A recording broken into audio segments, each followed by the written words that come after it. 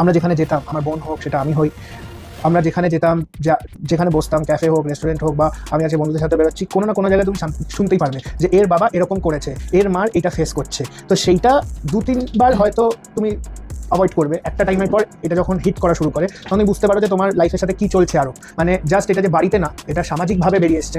এইটা কোপ করতে আমার বোন আর আমার দুজনের জন্য একটু ডিফিকাল্ট হয়েছিল। 2025 শেষে দেখলাম অনেকগুলো ডিভোর্স হলো, অনেক ব্রেকআপ হলো, কিন্তু তারা লিগ্যাল প্রসেসের মধ্যে দিয়ে গেছেন, তারপর তারা হয়তো অন্য কাউকে বিয়ে করেছেন। কিন্তু শোভন চট্টোপাধ্যায়ের ক্ষেত্রে যেটা ঘটলো, আদালত তাকে ডিভোর্স দিল না, অর্থাৎ যে অ্যালিগেশনগুলো তার স্ত্রীর এগেনস্ট আনা হয়েছিল সেই অ্যালিগেশনগুলো ধোপে টিকলো না, ডিভোর্সটা হলো না। আবার রত্না চট্টোপাধ্যায়কে আদালত এটাও বললো না যে আপনার সাথে আপনার হাজবেন্ড থাকতে পারবে।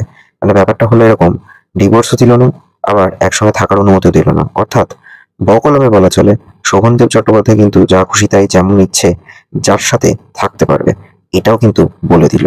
তাহলে ব্যাপারটা কি দাঁড়ালো? শোভন তুমি কার, এটাই হলো ট্যাগলাইন।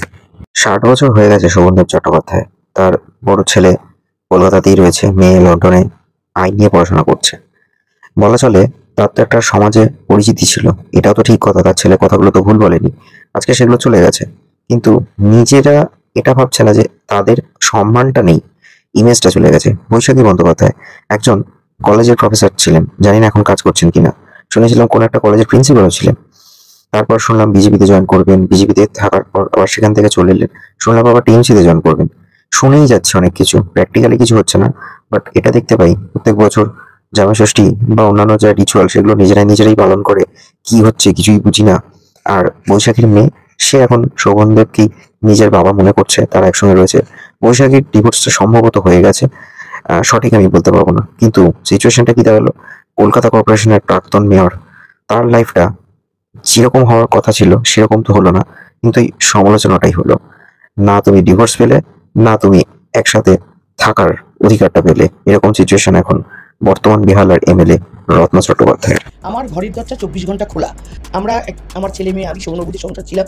আমি সবসময় মিডিয়াতে যখন ইন্টারভিউ দিয়েছি বলেছি যে আমার ঘরের দরজা 24 ঘন্টা ওনার জন্য খোলা আছে।